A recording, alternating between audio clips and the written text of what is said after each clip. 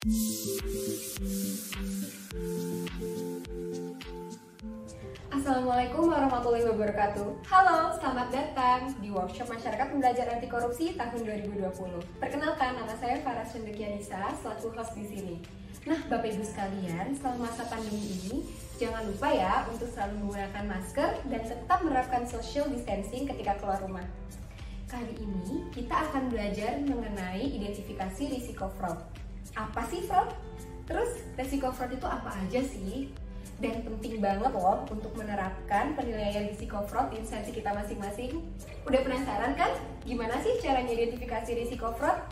Yuk langsung kita saksikan materi yang akan disampaikan oleh Bapak Afandi. Selamat menyaksikan!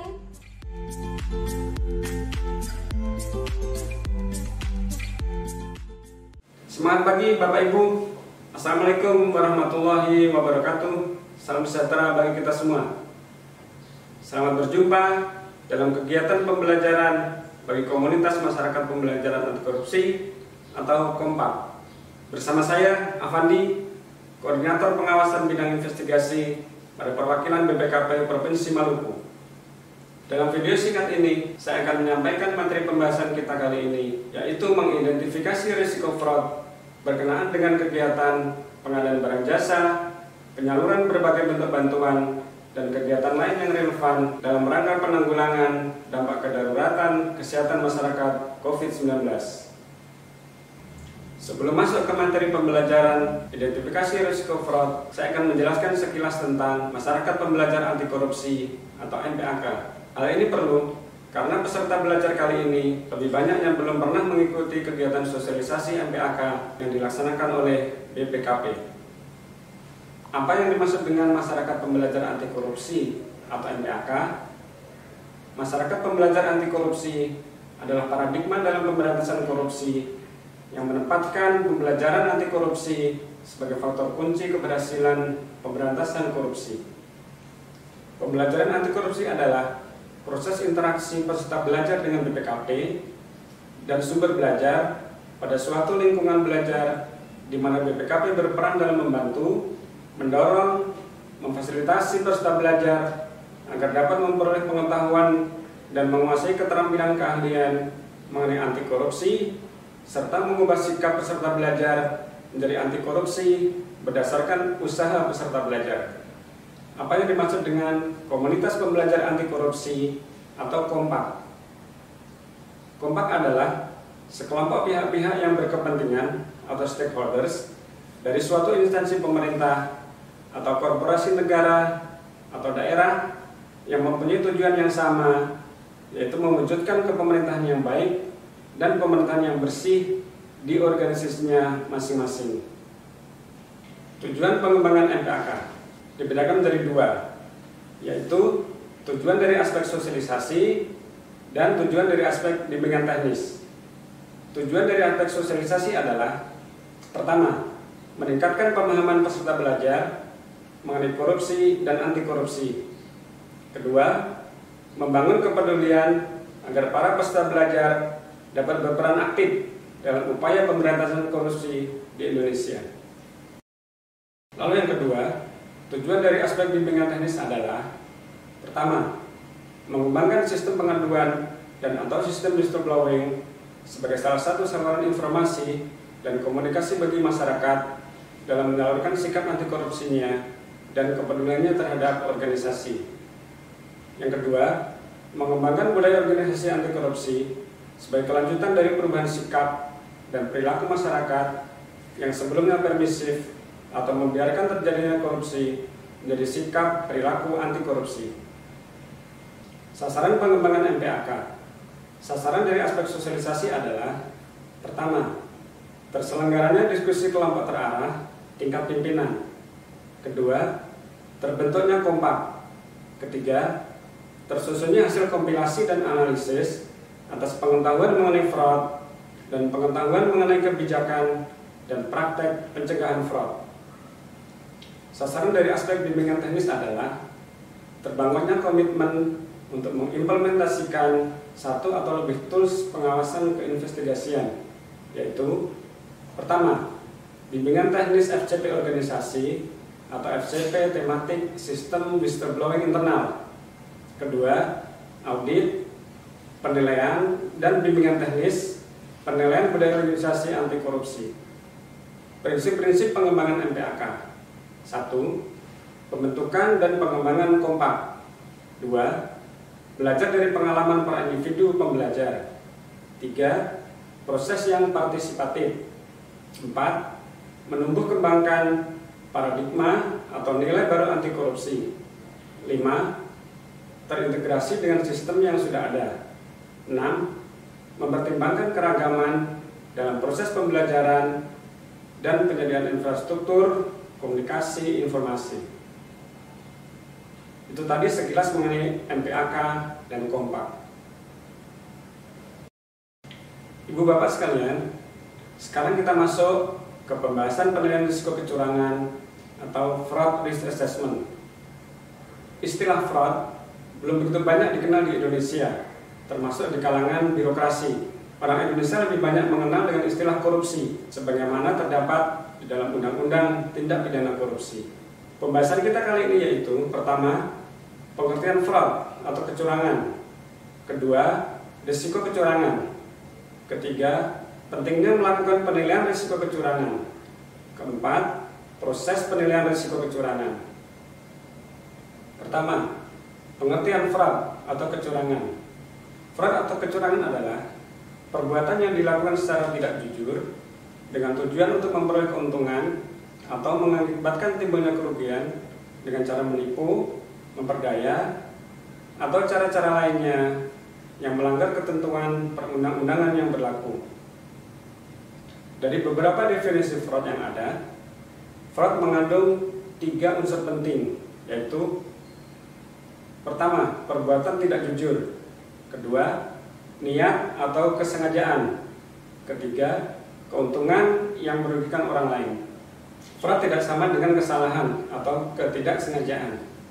Jika suatu kesalahan terjadi tanpa didasari niat dan tidak ada keuntungan yang diperoleh akibat terjadinya kesalahan, maka kejadian tersebut bukanlah suatu perbuatan yang dikategorikan fraud. Tetapi jika kesalahan dilakukan dengan sengaja dan ada tujuan khusus yang tidak dicapai, misalkan untuk keuntungan pribadi, maka perbuatan tersebut adalah fraud. Lalu yang kedua, risiko kecurangan. Risiko kecurangan adalah kemungkinan terjadinya kecurangan dan konsekuensi potensial bagi organisasi jika risiko tersebut terjadi.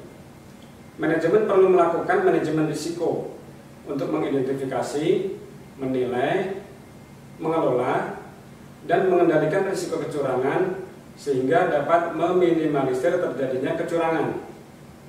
Risiko kecurangan dapat bersumber dari pihak internal maupun eksternal organisasi.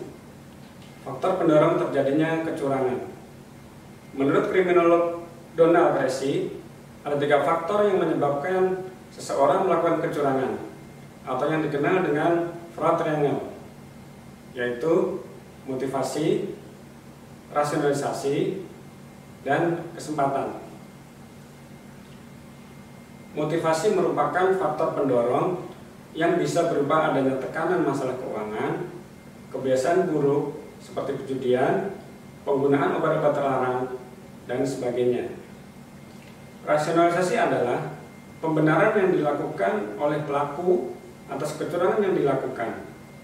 Misalnya, adanya pemikiran pelaku bahwa perbuatan curang karena membutuhkan biaya, sedangkan penghasilan yang diperoleh rendah. Pengambilan uang hanya bersifat sementara dan akan dikembalikan. Peluang atau kesempatan timbul ketika terjadi kelemahan di dalam pengendalian. Pelaku merasa bahwa kesempatan untuk berbuat curang tidak akan pernah terjadi lagi.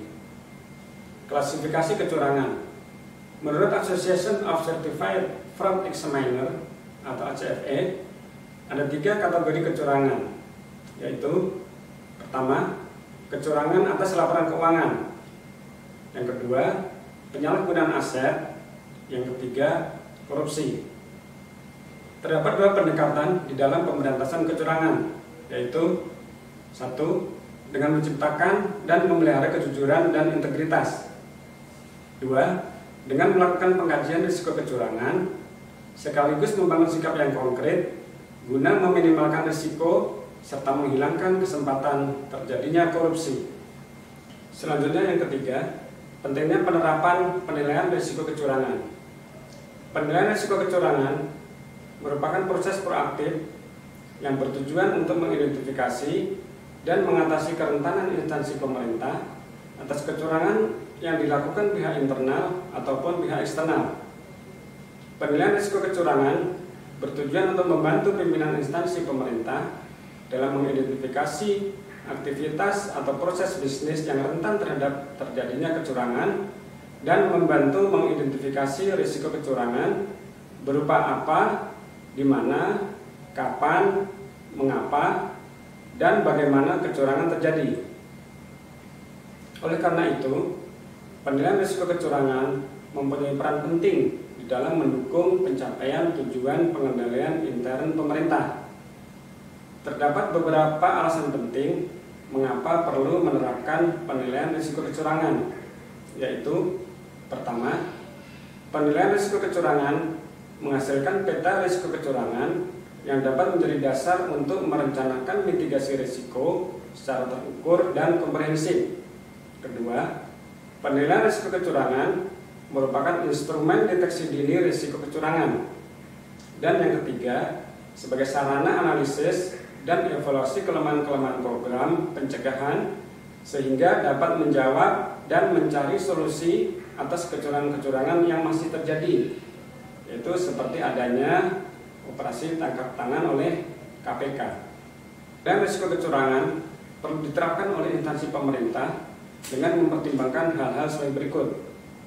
1. Setiap organisasi selalu memiliki risiko kecurangan. Kedua, mengidentifikasi aktivitas yang paling rentan terhadap kecurangan. Ketiga, mengetahui pihak yang menyebabkan organisasi mempunyai risiko terbesar. Keempat, membuat perencanaan untuk memitigasi risiko. Kelima, melakukan penilaian terhadap aktivitas pengendalian. Keenam, meningkatkan komunikasi dan kepedulian terhadap kecurangan. Ketujuh, mematuhi peraturan dan standar profesi yang ada.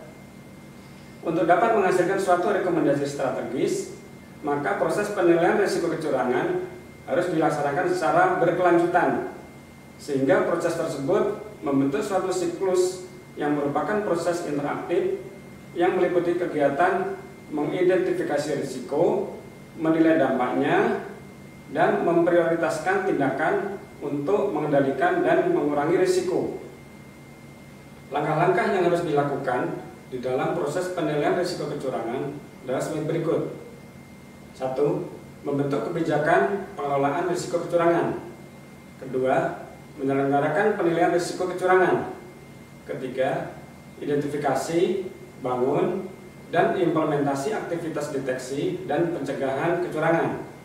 Keempat, sistem pelaporan kecurangan dan sinergi dengan tindakan koreksi serta investigasi. Dan yang kelima, monitor proses pengelolaan risiko kecurangan, laporkan, dan perbaiki proses. Lalu yang keempat, proses penilaian risiko kecurangan. Penilaian risiko kecurangan dapat dilakukan dengan metode penilaian mandiri. Metode penilaian mandiri adalah proses menguji dan menilai aktivitas pengendalian dan risiko kecurangan yang bertujuan untuk memberikan keyakinan bahwa tujuan organisasi telah tercapai. Langkah praktis penilaian risiko kecurangan adalah sebagai berikut. Pertama, identifikasi risiko kecurangan. Kedua, analisis risiko. Ketiga, menilai efektivitas pengendalian anti kecurangan. Dan keempat, respon terhadap risiko kecurangan. Identifikasi risiko kecurangan. Identifikasi risiko merupakan proses penetapan apa, di mana, kapan, mengapa, dan bagaimana suatu risiko dapat terjadi sehingga berdampak negatif terhadap pencapaian tujuan. Untuk menjamin perolehan identifikasi risiko yang akurat, penilaian risiko kecurangan harus menggunakan metodologi yang tepat dan melibatkan para pemilik risiko dari proses bisnis yang dinilai risikonya. Analisis risiko. Analisis risiko merupakan langkah untuk menentukan nilai dari risiko kecurangan pada setiap proses bisnis atau aktivitas. Aktivitas pada langkah analisis risiko ini meliputi 3 tahap, yaitu 1. Menilai kemungkinan keterjadian dari risiko kecurangan. Kedua, menilai signifikansi dampak atau konsekuensi risiko kecurangan. Ketiga, menetapkan tingkat atau status risiko kecurangan. Dalam menilai kemungkinan keterjadian risiko kecurangan, ada atau terbagi menjadi 5 skala. Skala 1 sangat jarang, skala 2 jarang, skala 3 kadang-kadang, skala 4 sering, skala 5 sangat sering. Kemudian dalam menilai signifikansi dampak terbagi menjadi 5 kategori, yaitu tidak signifikan, kurang signifikan, sedang, signifikan, dan sangat signifikan.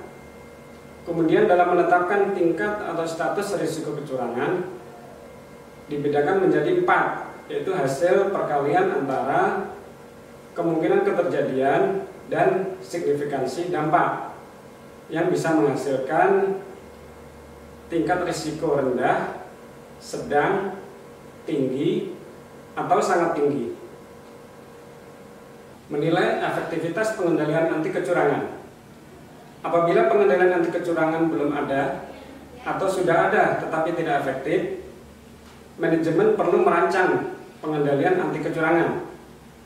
Pengendalian anti kecurangan dirancang secara tepat dan dilaksanakan oleh pegawai yang kompeten dan objektif. Respon terhadap risiko kecurangan. Pertama, hindari risiko. Adalah perlakuan atas risiko dengan cara menghindari atau menghentikan suatu tindakan atau strategi yang dapat memicu timbulnya risiko tertentu. Respon menghindari risiko ini diambil dengan mempertimbangkan kemungkinan dan dampaknya yang cukup tinggi. Misalnya jika dilakukan akan menimbulkan kerugian yang luar biasa. Kedua, mengurangi risiko. Pimpinan organisasi dapat merespon risiko kecurangan dengan menurunkan tingkat risiko. Menurunkan tingkat risiko kecurangan dilakukan dengan menggunakan 2 sudut pandang, yaitu menurunkan tingkat keterjadian dan atau menurunkan dampak yang mungkin terjadi. Yang ketiga, memindahkan risiko. Penanganan risiko jenis ini melibatkan pihak lain, yaitu untuk ikut menanggung sebagian atau seluruh risiko. Pemindahan risiko tidak mengurangi probabilitas maupun dampak dari risiko. Yang dilakukan adalah memindahkan risiko dari organisasi ke pihak lain, misalkan dengan perusahaan asuransi atau dengan kontrak lindung nilai. Yang keempat, menerima risiko. Suatu organisasi akan memutuskan menerima risiko tanpa menghindari, memitigasi, atau mentransfer risiko karena batas risikonya masih dalam batas risiko yang ditoleransi. Ibu bapak sekalian, sebagai penutup, langkah-langkah praktis penilaian risiko kecurangan merupakan jawaban atas pertanyaan-pertanyaan pada setiap proses bisnis sebagai berikut. Pertama, penyimpangan apa yang mungkin terjadi? Kedua, bagaimana penyimpangan tersebut dapat terjadi? Ketiga, seberapa besar kemungkinan keterjadian penyimpangan tersebut? Keempat, seberapa besar dampak yang diakibatkan dari penyimpangan tersebut? Dan yang kelima, apa tindakan yang dilakukan untuk mengantisipasi penyimpangan? Langkah-langkah praktis penilaian risiko tersebut bisa kita terapkan berkenaan dengan kegiatan pengadaan barang jasa, penyaluran berbagai bentuk bantuan, dan kegiatan lain yang relevan dalam rangka penanggulangan dampak kedaruratan kesehatan masyarakat karena COVID-19 dengan mengacu pada peraturan-peraturan terkait yang berlaku. Demikian pembelajaran kita kali ini. Selamat berjumpa kembali pada acara pembelajaran penilaian risiko fraud dalam rangka penanggulangan dampak kedaruratan kesehatan masyarakat COVID-19 pada hari Selasa, tanggal 19 Mei 2020 melalui tautan Zoom meeting atau video conference. Terima kasih. Wassalamualaikum warahmatullahi wabarakatuh. Salam kompak.